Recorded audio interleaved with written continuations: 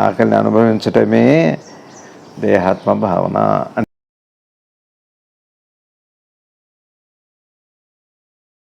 నేను లేను వాళ్ళకి కనపడటం, నేనున్నాను నాకు కనపడకపోవటం, ఏం సిద్ధి అది? చూడండి ఎంత చిత్రంగా. దేవతలకి ఇదే జరుగుతుంది, స్వప్న స్థితి అది. కృష్ణ పరమాత్మ ముందుగానే చెబుతున్నారు ఇద్దరికి, దేవతలకి మనిషికి కూడా తృప్తి వస్తే, అంటే నేనన్న భావం పోతే.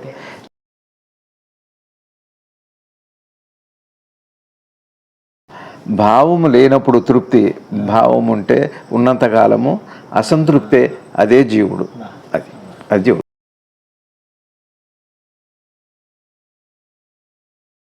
దేవతలకి స్వప్నం ఉదాహరణ, జీవులకి జాగృతం ఉదాహరణ, పరమాత్మకి పరమేశ్వరుడికి సుషుప్తి ఉదాహరణ. అంతే. మూడవ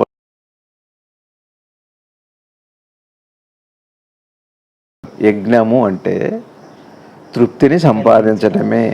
తృప్తి సంపాదించడము అంటే నన్ను నేను తెలుసుకోవటం, అంటే స్వరూప జ్ఞానమే తృప్తి. అది దేవతలకి ఇద్దరికి ఉభయులకి క్షేమం అని కృష్ణ పరమాత్మ ఆరంభంలోనే చెప్పారు. స్వామి నమస్తే. స్వామి స్వామి సద్గురు శ్రీ శివానందమూర్తి భగవాన్ వారి గీతా ప్రసంగాల్లో ఇవాళ 3వ అధ్యాయం 11వ శ్లోకం. స్వామి కృష్ణ పరమాత్మ ఇలా అంటున్నారు, స్వామి దేవతలు మిమ్మల్ని తృప్తి నొందిందురు కాక ఈ ప్రకారం పరస్పరం తృప్తి నొందించుకున్నట వలన ఉత్తమ శ్రేయమును పొందగలరు. సద్గురుదేవులు చెప్తున్నారు, స్వామి మనుష్యునికి ఒక జన్మకు కాకపోయినా ఇంకొక జన్మకు జ్ఞానం రావచ్చు. దేవతలకు ఉండేది ఒకే జన్మ, అక్కడ ఆత్మహత్యకు కూడా అవకాశం లేదు. తమ ఉత్తమ లోకముల్లో ఉన్నామని, ఆరాధ్య దైవంగా ఉన్నామని, ఆకలి దప్పులు జరామరణాలు లేవని అనుకుంటూ ఉండడం వల్ల వారికి ఆ ఒక జన్మలో కూడా జ్ఞానం కూడా రాదు.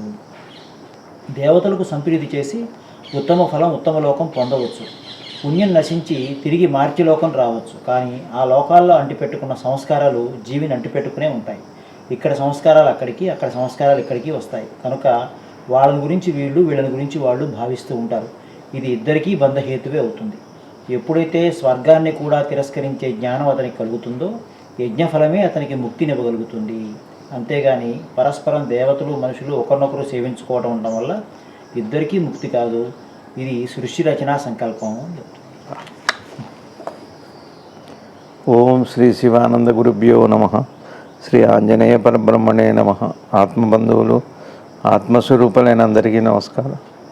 ఓం నమో భగవతే శ్రీ శివానందాయ. వసుదేవసుతం దేవం కంసచారూణమర్దనం దేవకీ పరమానందం కృష్ణం వందే జగద్గురుం.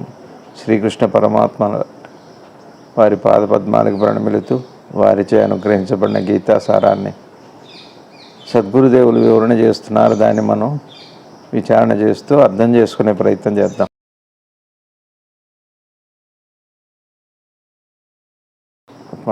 శ్రీకృష్ణ పరమాత్మలు వారు ఏమంటున్నారంటే, దేవతలు మనల్ని తృప్తిని అందించురుగాక. అది ఆ ఒక మాట ఉపనిషత్తుకి అంతిమ వాక్యం. అది తృప్తే ముక్తి అని అంటారు పెద్దలు. తృప్తి అంటే అర్థం ఏమిటి అంటే, ఇంకా మనసు ఇక ఇటు విప్పి వెళ్ళదు. తృప్తి అన్నది ఏమిటంటే, మనసు స్వస్వరూప జ్ఞానం పొంది ఇక తనతో తను ఉండటం. లవలేశం కూడా మనసుకి ఇంకా ఏ కోరిక లేదు. అసలు అది తృప్తి అంటే పూర్ణత్వం. అంటే ఆ మాట శ్రీకృష్ణ పరమాత్మ వాడారు. ఆ తృప్తి అన్నది ఒక మహావాక్యమే. పరస్పరం అనే మాట ఏంటంటే, ఈ దేవతల గురించి వచ్చింది కదా. యజ్ఞాలు మనం దేవతలను ఉద్దేశించి చేస్తున్నాం. ఈ దేవతల కోసం యజ్ఞాలు చేస్తున్నాం, దేవతలను తృప్తిపరచడానికి. కాబట్టి ఈ తృప్తి అనే పదం అటు వారికి ఇటు వీరికి. అంటే పరమాత్మ ఏమంటున్నారంటే, ఈ తృప్తి అనే పదం దేవతలకైనా మనుషులకైనా కూడా జ్ఞానమే, అంతిమ ఫలమే. రెండోది ఏమిటి అంటే, ఈ నేనెవరో తెలుసుకోవటం. అంటే స్వరూప జ్ఞానం దేవతలకి అవసరమే, మనుషులకి అవసరమే. ఇక్కడ తృప్తి అంటే స్వరూప జ్ఞానమే. అదే గీతా సారాంశం. అంటే మనుషులకి ఉత్తమ జన్మ అంటారుగా. అన్ని జన్మల్లో ఉత్తమ జన్మ మనుష్య జన్మాన్ని. ఎందుకంటే పరిణామంలో ఇప్పుడో అప్పుడు మొత్తం మీద ఈ జన్మలో అయినా రావచ్చు, లేదా మరు జన్మలో అయినా రావచ్చు.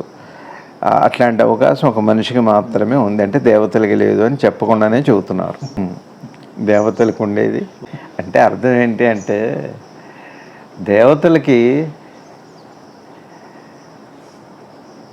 మనకంటే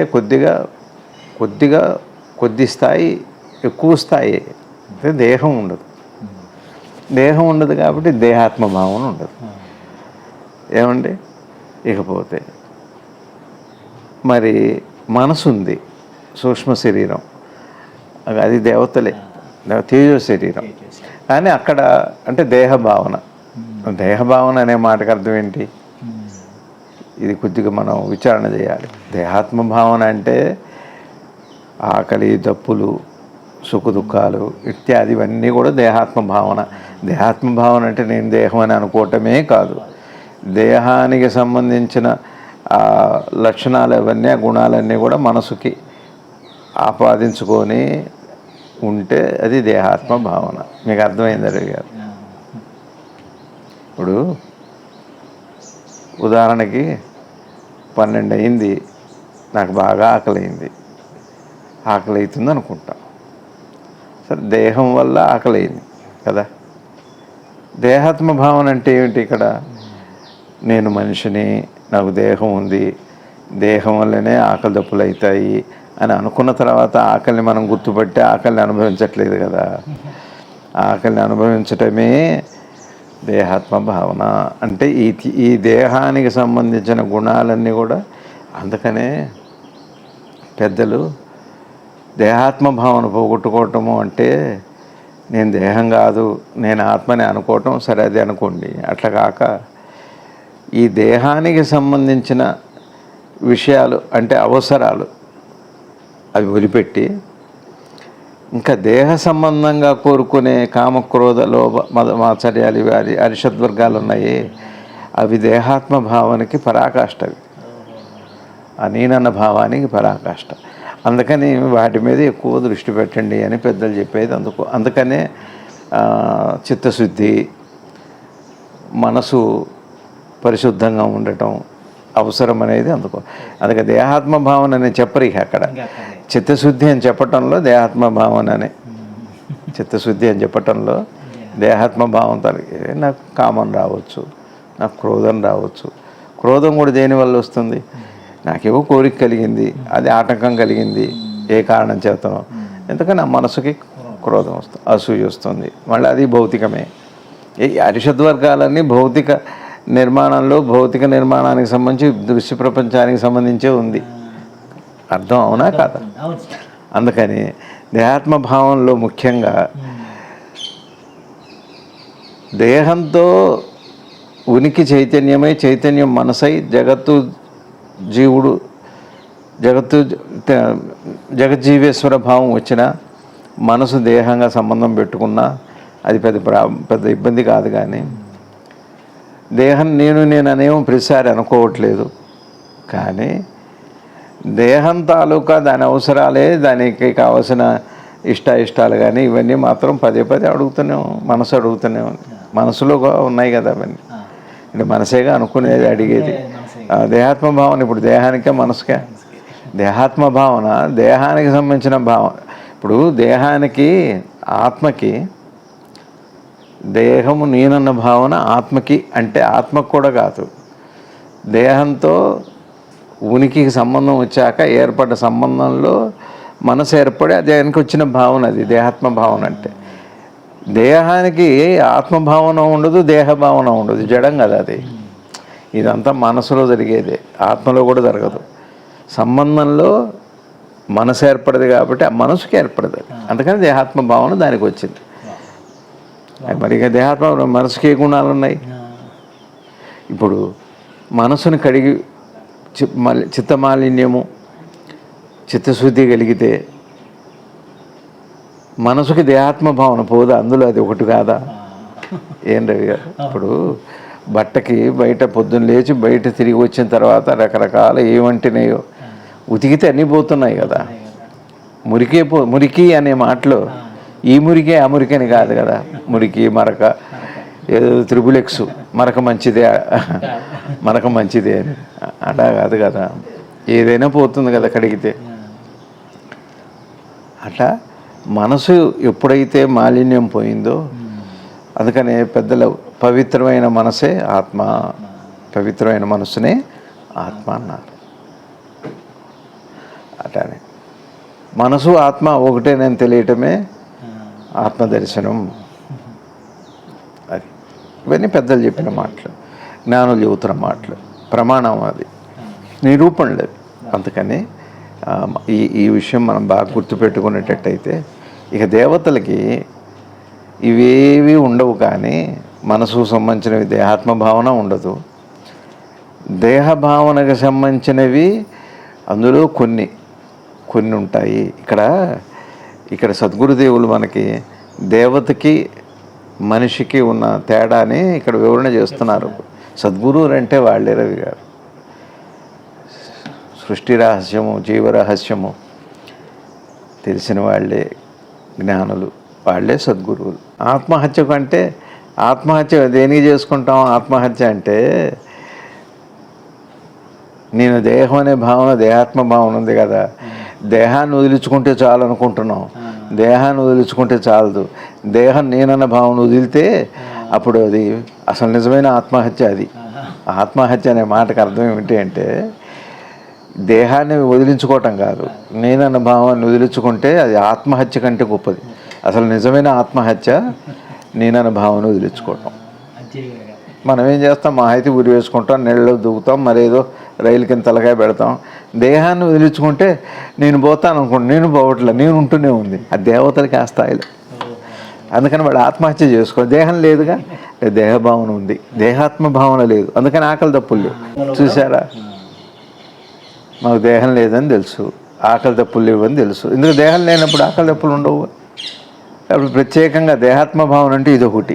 చూడండి, ఇక్కడ గురువుగారు సద్గురుదేవులు చెప్పకుండానే చెబుతున్నారు, నేనంటే ఏంటి, నేను ఎవరు అన్న ప్రశ్నకి ఈ ఒక్క బోధ ఉపయోగపడుతుంది రేవు గారు విచారణకి.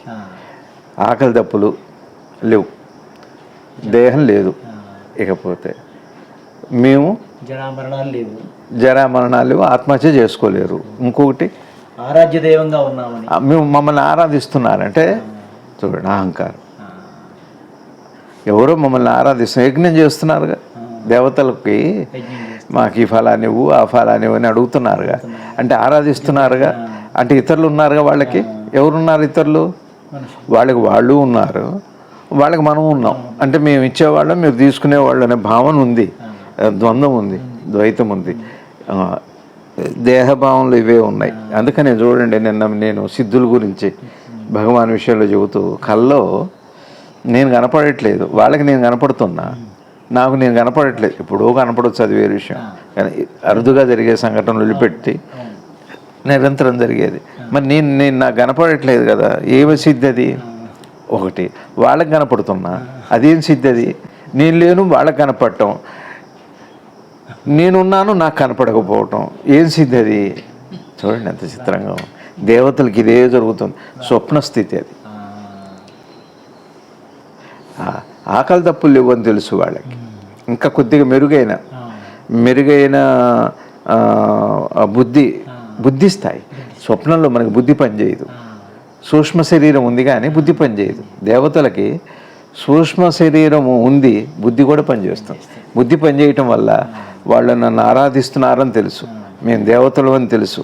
దేహం లేదు, దేవత అంటే అర్థం లేదు, దేహం లేని మనసు.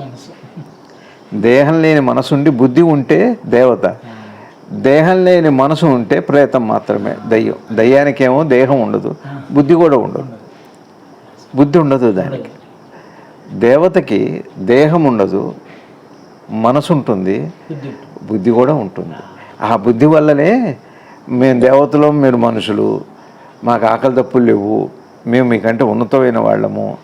ఇది కూడా నేనన్న భావనే, ఇది కూడా అహంభావమే. అక్కడ నేను పోలేదు, మనకేమో నేను పోలేదు.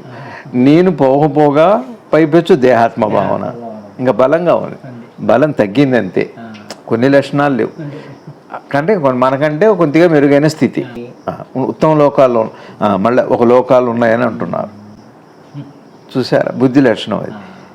మేము ఉత్తమ లోకాల్లో ఉన్నాం, వాళ్ళు ఇంకా భూలోకంలో ఉన్నారు. చూసారా, ఉన్నామన్న ఫీలింగ్ ఉందా, నేనన్న ఫీలింగ్ ఉందా, నేనన్న భావన ఉంది, ఒక లోకం ఒక భావన ఉంది, అనుగ్రహిస్తున్నామన్న భావన ఉంది. అంత ఒక్కటే మాట, ద్వయీ భావన అంతా ఉంది, కేవలం దేహం లేదు. ద్వయీభావం ఉంది, కేవలం ఆకలి దప్పులు లేవు. అంటే ద్వయీభావం లేకపోయినా ఏ భావమైనా కూడా, ఏ భావం ఉన్నా కూడా అది నేనన్న భావమే. నేనన్న భావము అంటే నేనెవరన్న ప్రశ్న కూడా నేనన్న భావంలో నుంచే వచ్చింది. ఇందులో ఏది ఉన్నా కూడా నేనన్న భావం ఉంటుంది. నేనన్న భావం ఉంది కాబట్టి ప్రత్యేకంగా అది అప్పుడు స్పర్శలో లేకపోయినా, ఇప్పుడు నేను మనిషి అనుకోకపోయినా మనిషిగానే ఉన్నాను. అట్లానే స్పర్శలో లేకపోయినా నేనుగానే ఉంది, అది కూడా పోవాలి. తర్వాత అందుకనే కృష్ణ పరమాత్మ ముందుగానే చెబుతున్నారు ఇద్దరికి, దేవతలకి మనిషికి కూడా తృప్తి వస్తే, అంటే నేనన్న భావం పోతే. తృప్తి రావడం అనే మాట కాదు రవి గారు. తృప్తిగా తిన్నావా, తృప్తిగా తిన్నా అంటే నేనన్న భావం ఉందా, పోయిందా మనకి? మీరు అన్నం తిన్నారు, కడుపు నిండింది, నేనన్న భావం ఉందా, పోయిందా మీకు? తృప్తిలో పోయింది. ఎట్లా పోయింది? ఇంకా ఆకలి గురించి ఆలోచన లేదు నాకు. అంతకుముందు ఆకలి అనేది ఉంది, తృప్తి కలగానే. అంటే దాని అర్థం ఏంటి? అంటే అర్థం ఏంటి? తృప్తిలో ఆ భావన పోయింది. ఆకలే నేనన్న భావం, ఆకలే మిమ్మల్ని ఉనికిని మిమ్మల్ని చూపాడట్లా, మిమ్మల్ని అంటూ మీకంటూ ఒక ఎలిమెంట్ ఏంటి అక్కడ, ఒక లక్షణమేగా మీరంటే. మీరనేది ఏం లేదు, ఒక లక్షణం అక్కడ వ్యక్తమైంది. బుడగంటే ఏంటి, నీరేగా. కానీ విడిగా కనపడటమే సహజంగా ఉన్న దాంట్లో ఒకానొక లక్షణం వ్యక్తమైతే నేనంటే అదే, ఇంకా నేనంటూ లేదు. అది తృప్తిలో అది లేదు. ఇప్పుడు మీకు ఆకలి పోయిందా, తృప్తిగా తిన్నానంటారు. తృప్తిగా తీరటం అంటే ఆకలి తీరింది, ఆకలి తీరింది. ఆకలి అనే లక్షణం లేదు ఇప్పుడు తృప్తి ఏమిటంటే అక్కడ ఆకలి లేకపోతే నేను పోయానంటే అర్థం ఏమిటంటే ఆకలిగా ఉన్నది నేనుగా కాక ఇంకోట్లేదు. అందుకనే స్వప్నంలో అనుభవించిన బాధలన్నీ లేవగానే పోతున్నాయంటే అది పోయింది కాబట్టి నేను పోయాను, నేను ఎక్కడికి పోలేదు, అవి పోయినాయి కాబట్టి. ఇది బాగా స్వప్నాన్ని దీన్ని బాగా ఎంత బాగా దీన్ని రోజు మనం సాధకుడు ఏం చేయాలంటే విని ఊరుకోవటం కాదు, పదే పదే దీనిని మననం చేసుకుని నిధి ధ్యాస, నిధి ధ్యాస, ఇదే నిధి, జ్ఞాన నిధి. అదే ఒకప్పుడు మనసు పరమాత్మ సన్నిధిని, నిధిని కోరుకుంది. ఇప్పుడు మనసు నిధులు కోరుకుంటుంది. నిధులు అంటే ధనము, అదే పెన్నిది, కీర్తి. తర్వాత ఇప్పుడు ఏంటి, దేవతలకు కూడా తృప్తి వస్తే ఏమవుతుంది, వాళ్ళకు కూడా నేనన్న భావన ఉందా లేదా? ఎట్లా ఉంది చెప్పండి. నేనన్న భావన, ఆరాధ్య దైవము, ఆకలి దప్పులు లేవు, ఏదో లోకంలో ఉన్నాము, మేము దేవతలము, ఈ భావం ఉంది కదా. భావము లేనప్పుడు తృప్తి, భావం ఉంటే ఉన్నంతకాలము అసంతృప్తే, అదే జీవుడు. అది జీవుడు. అలా అనుకోవటం వల్ల ఒక జన్మే అది ఒక్క జన్మే. దాంట్లో కూడా జ్ఞానం రాదు. ఎందుకు? మనకేమో అనేక జన్మలు ఉన్నాయి, మళ్ళీ పరిణామం. అందుకని సద్గురుదేవులు ఎంత అద్భుతంగా చెప్పారు చూడండి. ఈ జన్మలో కాకపోయినా దేహాత్మ భావన, దేహం ఉంది కదా, ఇంకో జన్మ అంటూ ఉంది, జన్మ మరణాలు ఉన్నాయి. దేహభావన ఒక జన్మే. ఎట్లా? జాగృతంలో అనేకం ఉంటాయి ఆలోచనలు, స్వప్నంలో ఎక్కడికక్కడ ఒకటే ఉంటుంది, అక్కడికి అదే. అది అట్లా దేవతలకి స్వప్నం ఉదాహరణ, జీవులకి జాగృతం ఉదాహరణ, పరమాత్మకి పరమేశ్వరుడికి సుషుప్తి ఉదాహరణ. అంతే. 3 అవస్థల్లో 3 స్థితులు. దేవతలకి స్వప్నావస్థ, జీవులకి జాగృతావస్థ, పరమేశ్వరుడికి పరంధాముడికి ఆ సదాశివుడికి శివమహాదేవుడికి సుషుప్తావస్థ. ఇదే సంకేతం. ఇంకా అక్కడ జన్మ మాటే లేదు, జన్మ ప్రసక్తే లేదు. దేహభావన ప్రసక్తి లేదు, దేహాత్మభావన ప్రసక్తి లేదు, కారణ శరీర ప్రసక్తి లేదు, అసలు కారణమే లేదు. అది అద్భుతమైన ఒక సహజ స్థితి. మనకి వాళ్ళకి ఆ భావన ఉంది. సరే, మనం వాళ్ళని సంతృప్తి చేసిన తర్వాత వాళ్ళని అందుకనే తృప్తితో యజ్ఞాలు అనే మాట వాడారు సృష్టిలో. మనం ఆరంభంలో చెప్పుకున్నాం, యజ్ఞం సృష్టిలో కోరికలు పెట్టారు, కోరికలు తీర్చుకోవడానికి యజ్ఞాలు పెట్టి కోరికలు తీర్చుకునే అవకాశాన్ని ఇచ్చాడు ఈశ్వరుడు. ఇక్కడ ఉద్దేశం యజ్ఞము అంటే తృప్తిని సంపాదించడమే. తృప్తి సంపాదించడము అంటే నన్ను నేను తెలుసుకోవటం, అంటే స్వరూప జ్ఞానమే తృప్తి. అది దేవతలకి ఇద్దరికి ఉభయులకి క్షేమం అని కృష్ణ పరమాత్మ ఆరంభంలోనే చెప్పారు. యజ్ఞం అంటే అర్థమైందా? యజ్ఞానికి నిజమైన అర్థం ఏమిటి అంటే తను తాను పోగొట్టుకోవటము, తన లక్షణాలను యజనము చేయటము, తనకున్న హరిషద్వర్గాలను యజనం చేయటం. యజ్ఞం చేయటం అంటే త్యాగం చేసేసాడు, తన్ను తాను తెలుసుకోవడము, అది యజ్ఞం. నిజమైన యజ్ఞం ఏంటంటే స్వరూప జ్ఞానం. అది నిజంగా తృప్తి. ఆ తృప్తి వస్తే దేవతలకి అది దేహభావన పోయి, జీవులకి దేహాత్మ భావన పోయి, అప్పుడు స్వరూప జ్ఞానం కలిగి ఆ తృప్తి. అందుకనే తృప్తి అంటే ఈశ్వరుడికి మాత్రమే వర్తిస్తుంది. తృప్తి అన్న పదము ఆనంద పదం ఉన్న, అందుకనే కాశీ అయింది. అది పుణ్యం నశిస్తే తిరిగి మళ్ళా మనుష్యలోకంలోకి వస్తారు. దేవతలకి పుణ్యం వల్ల, అంటే ఇట్లా యజ్ఞాలు అవి ఇవి చేసి మనం కూడా దేవతలుగా మారుతాం. మళ్ళా ఒకవేళ పుణ్యం నశిస్తే మళ్ళీ, అంటే రవి గారు చిత్రం ఉందండి ఇందులో రహస్యం. పుణ్యము అంటే దుఃఖ స్పర్శ లేని స్థితి. ఇప్పుడు మనకు దుఃఖం ఏంటి చెప్పండి? మామూలుగా నిత్య జీవితంలో జీవన అవసరాలే కదా. అన్నం దొరకలేదు, ఎంత బాధ చెప్పండి. అలమటిస్తాం కదా, ఆకలికి అలమటిస్తారు చాలామంది. నీరు, ఆరోగ్యము, ముఖ్యమైన అవసరాలు ఏమున్నాయో దుఃఖమే కదా. లేకపోతే ఏమండి దేనివల్ల వస్తున్నాయి అవి? దేహం వల్లేగా. దేహం నేనన్న భావన పాపమే కదా. అది ఎట్లా ఉంచండి, అది ఒక పాయింట్. దేవతలకి అది లేదుగా, దేహం లేదుగా. ఏముంది ఇప్పుడు? ఆకలి లేదు, దప్పిక లేదు. కాకపోతే మేము ఇదే అనే భావన ఉంది, కానీ అసలు దుఃఖం అనేది ఉందా? లేదుగా. కేవలం సుఖం ఉంది. అంటే మనసు ఉంది, మనసుకు అనుభూతి ఉంది, మనసుకు అనుభూతి ఉంది.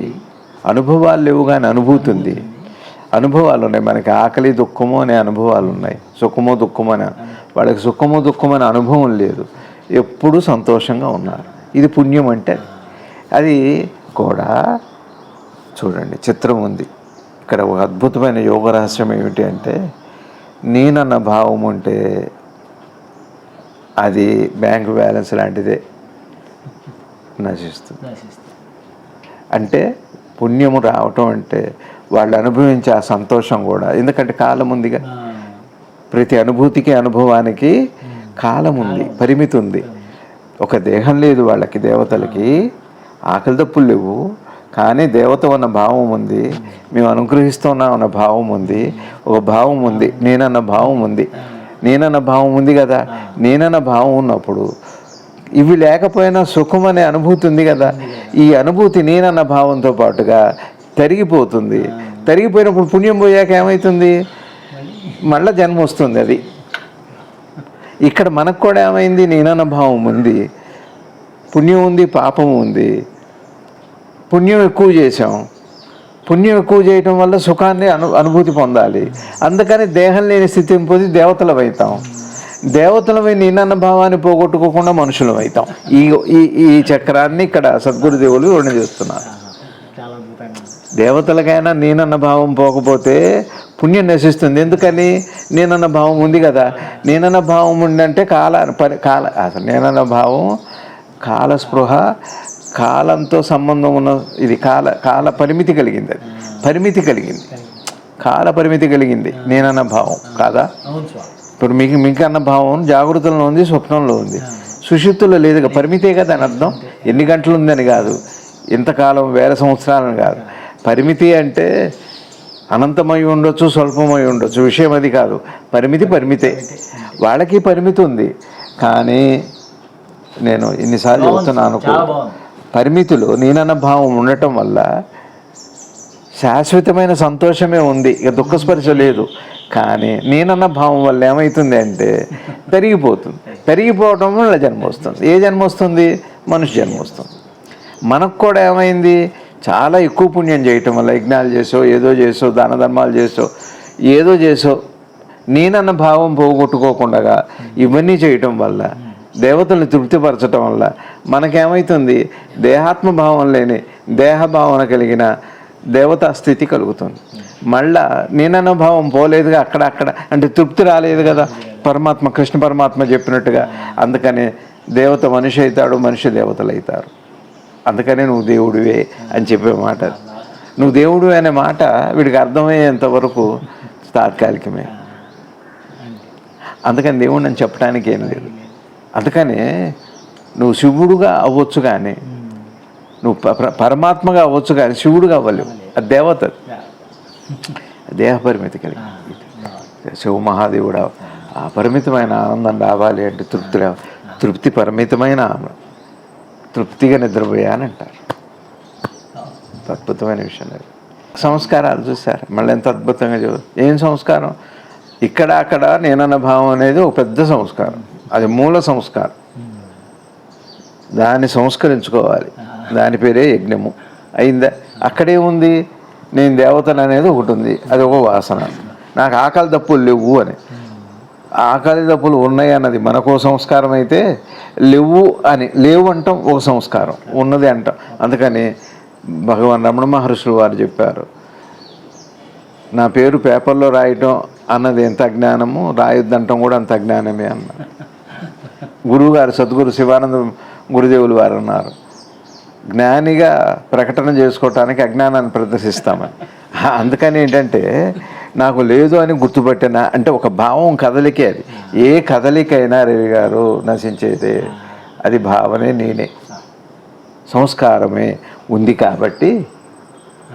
కాబట్టి ఆ సంస్కారాల వల్ల జన్మ వచ్చింది. జన్మకి కారణం సంస్కారం. ఇది రహస్యం. జన్మకి కారణం సంస్కారం, జన్మరాహిత్యానికి కారణం పోవటమే. ఇక్కడే పోగొట్టుకోవచ్చు. నువ్వు దేవత కూడా అవ్వక్కర్లేదు, పరమాత్మగా అవ్వచ్చు తృప్తిగా. నువ్వు దేవతగా అయ్యావు మళ్ళీ పడిపోతావు. ఎందుకంటే నేను అనుభవాన్ని వదులుకో, పరమాత్మగా మారుతావు. నువ్వు నేను అనుభవాన్ని వదలకుండా కేవలం పుణ్యం చేసావా, దేవతగా మారుతావు. మా అయితే దేవతగా మారుతావు. మరి ఇంకో 10 మందిని అనుగ్రహిస్తావు. నీ పిల్లల్ని, నీ వంశాన్ని, నేను ఆశ్రయించిన వాళ్ళని, నీ భక్తుల్ని దేవతగా పైకి వచ్చి ఆస్వాదించవచ్చు. ఆ అవకాశం వస్తుంది. కానీ మళ్ళీ ఒక రోజున మళ్ళీ ఆశీస్సుల కోసం కిందకి రావాల్సిందే. అందుకని యజనం చెయ్యాలి. నేనన్న భావాన్ని యజనం చెయ్యి. చూసారా, మనకి సహాయం కోసం వాళ్ళని అర్థిస్తుంటాం.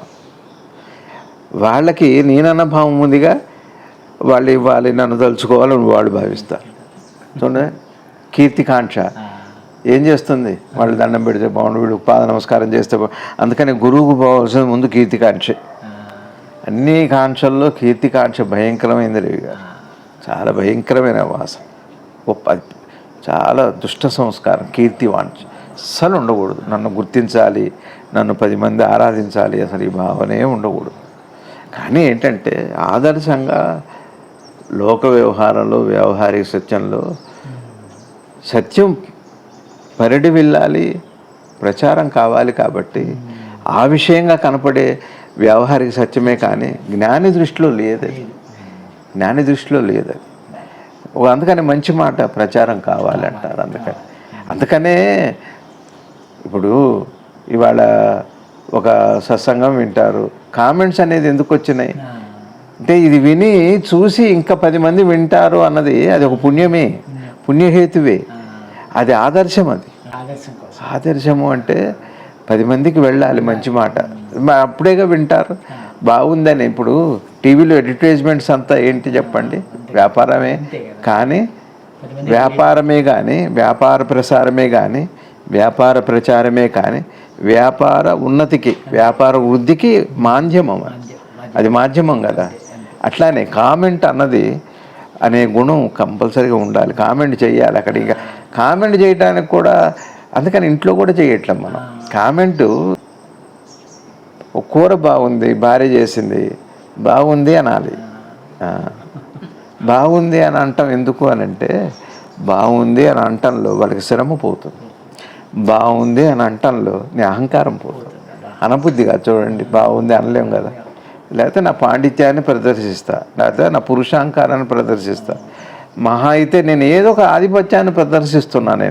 నన్ను నేను పోగొట్టుకునే ప్రయత్నం యజ్ఞం చేయట్లా.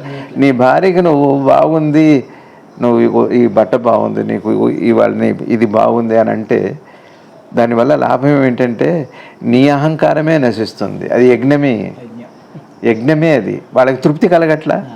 అట్లా ఈ విధంగా కానీ మంచి అలవాట్లు, ఆదర్శమైన విషయాలు చేయాలి. అందుకనే మాధ్యమాలు మంచి విషయం ప్రచారం కావాలి. చెప్పారు కూడా పెద్దలు. రామకృష్ణ పరమహంస చరిత్రలో ఒకళ్ళు అట్లా వెళ్తున్నారట, ఒకడు గోడ చూసేట పైకి ఎక్కి దూకేట అందులోకి. అట్లా చాలామంది దూకుతున్నారు, ఎందుకో తెలియట్లా. కానీ ఒక అతను వచ్చి పైకెక్కి అందరి వైపు చూసి, సుందరవనం ఉంది ఇక్కడ, ఇక బయట ఏం లేదు, ఇటు రాండి అన్నారు. కామెంట్ అంటే అది కామెంట్ అన్నది 10 మందిని ఉద్ధరించడానికి ఉపయోగపడాలి. సుగుణాలు ఉండాలి, దైవీ గుణాలు అవి. భగవంతుని స్తుతిస్తున్నాం, భగవంతుడు భక్తుని స్తుతించిన లక్షణాలు కూడా ఉన్నాయి. ప్రహ్లాదుడిని నృసింహస్వామి చరిత్రలో చూస్తే నువ్వు ఉండాలి, నీ అవసరం ఉంది అని పరమాత్మ తన భక్తుడిని, భాగవతోత్తముడిని ప్రశంసించి ప్రస్తుతించి స్తుతించిన విషయాలు ఉన్నాయి. భక్తుడు భగవంతుని కాదు, భగవంతుడు అంటే అవసరం ఈ కాలానికి. కాబట్టి ఇక్కడ జరుగుతుంది ఏమిటి అంటే వాళ్ళ గురించి వీళ్ళు అవసరం కోసం, వీళ్ళ గురించి వాళ్ళకు అవసరం కోసం. అదేదో మన శ్రీవేణు సీతారామ శాస్త్రి గారు నిందాస్తుతిలో పరివారం లేక నువ్వు ఎక్కడది, భక్తులు లేక పరివారం లేక పరమార్థం ఏది, నీ లేకపోతే నీకు పరివారం ఏది అని అంటే అట్లా అయితే ఒకరినొకరు పరస్పరము ఆశ్రయించుకొని అంటంలో ఏమిటి అంటే ఇద్దరు భావాలతోనే ఉన్నారు. ఒక మాటలో చెప్పాలంటే ఇద్దరికీ తృప్తి కలగలేదు, ఇద్దరిలో భావాల్లో ఉన్నారు. ఇద్దరు కూడా నేనన్న భావమే ఉంది. అది దేవత అనే పేరు ఉన్నత స్థితి అవ్వచ్చు, జీవుడు అనేది కొంచెం తక్కువ స్థాయి అవ్వచ్చు, ఎక్కువ స్థాయి అవ్వచ్చు, స్థాయి భేదమే కానీ భావభేదం అయితే లేదు. భావం అయితే ఉంది, భావయుక్తంగానే ఉన్నారు, నేనన్న భావయుక్తంగానే ఉన్నారు. నేనన్న భావాన్ని యజనం చేయగలిగితే, తృప్తి కలిగితే ఇద్దరికీ కూడా వాళ్ళు నేనైతారు, వాళ్ళే నేనైతారు అని పరమాత్మ ఆరంభంలో చెప్పారు. స్వర్గాన్ని అంటే సుఖాపేక్ష ఏం లేదు. స్వర్గము అంటే సుఖాపేక్షే. సుఖాపేక్షను వదిలిపెడితే యజ్ఞమే ముక్తినిస్తుంది. అంటే అర్థం ఏమిటంటే సుఖము అనే ఆపేక్ష వదిలిపెట్టమే యజ్ఞము. అంటే లవలేశం కూడా ఆశ లేనివాడు స్వర్గ సీమని దాటి పరంధాముడి ఆ ధామాన్ని చేరుకుంటాడు, పూర్ణముక్తుడు అవుతాడు, జీవనముక్తుడు అవుతాడు అని పరమాత్మ మనకు అనుగ్రహం చేసింది. సద్గురుదేవులు మనకి వివరణ చేశారు. శ్రీ శివానంద గురుదేవుల పాద పద్మాలకి ప్రణమిలితో కృష్ణం వందే జగద్గురుం. భారత్ మాతాకు జై.